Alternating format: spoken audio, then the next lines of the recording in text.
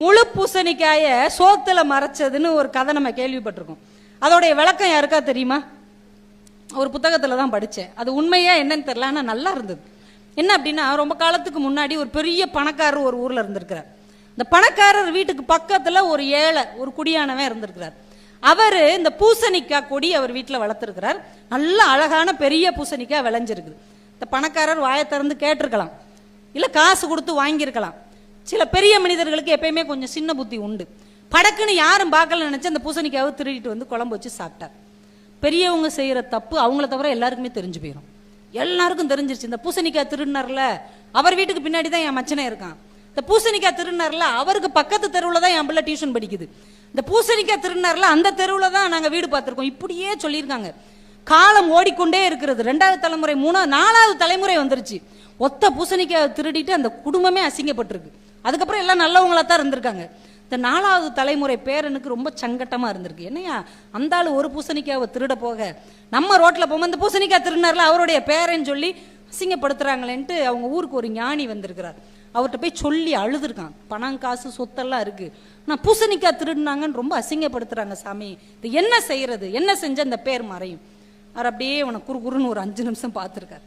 பார்த்துட்டு, உங்கள்கிட்ட பண வசதி இருக்கா? அதெல்லாம் நிறைய இருக்கு. டெய்லி ஒரு 10 பேருக்கு சாப்பாடு போட முடியுமா? 10 பேருக்கு என்ன 50 பேருக்கு சாப்பாடு போட முடியும். சரி, டெய்லி ஒரு 50 பேருக்கு நீ சோறு போடு. அனாதைகள், இல்லாதவங்க, ஏழை எளியவர் யார் வந்தாலும் சரி, டெய்லி 50 பேருக்கு சோறு போடு. அப்புறம் ஒரு 10 நாள் கழிச்சு வா அப்படின்ட்டார். சரின்னு இன்னைக்கிலிருந்து இலவசமா 50 பேருக்கு சோறு போடப்படும்னு எல்லார்ட்டையும் சொல்லி டெய்லி 50 பேர் யார் வந்தாலும் சரி 50 பேருக்கு சோறு போட்டுட்டே இருந்திருக்கிறார். 3 நாள் 4 நாள் 5 நாள் தான் ஆயிருக்கு. 6வது நாள் சொல்லியிருக்காங்க, வந்தவங்களுக்குலாம் சோறு போடுவாங்க பாருங்க, ஒரு வள்ளல் வீடு, அவங்க வீட்டுக்கு பின்னாடி தாங்க நாங்கள் குடியிருக்கோம். வந்தவங்களுக்குலாம் சோறு போடுவாங்க பார்த்தீங்களா, அவங்க வீட்டுக்கு அடுத்த தெருவில் தான் நாங்கள் இருக்கோம். சில நேரம் நாங்களே அங்கே போய் தான் சாப்பிடுவோம். இந்த வந்தவங்களுக்குலாம் சோறு போடுவோம், இப்படியே பேசியிருக்காங்க. 10வது நாள் முடியும் போது முழு பூசணிக்காயை திருடிய வீடு என்கின்ற பேர் மாறி போய் சோறு போட்ட வீடு என்று அந்த வீடு மாறிவிட்டது. இதுதான் முழு பூசணிக்காவை சோத்துல மறைச்ச கதை. அப்ப ஒருவேளை நம்ம குடும்பத்திலே ஒரு தவறு நடந்தால், ஒரு குற்றம் நடந்தால், அதை இன்னொரு தவறால் சரி செய்ய முடியாது. தவறுக்கு மாற்று தவறு இல்லை. நல்லதை வைத்து தவறை மறைத்தால் தவறு தானாக மறைந்து விடும். இப்ப நல்லதை நம்ம செய்ய ஆரம்பிச்சோம்னா தவறு தானாக மறைந்து போய்விடும் என்பது இந்த ஒற்றை வரி நமக்கு கற்றுக் கொடுக்கிறது. இப்ப வாழ்க்கையில நிறைய விஷயங்களை நாம் கடந்து வந்து கொண்டே இருக்கிறோம். நான் நிறைய எழுதி வச்சிருக்கேனே, நீங்க எவ்வளவு தாங்குவீங்கன்னு தெரியல. பேசுங்க பேசுங்க நீங்க சொல்றீங்க, ரைட்.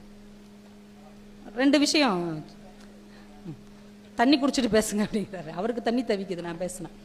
வெற்றி தோல்வின்னு 2 வார்த்தை நம்ம வச்சிருக்கோம்.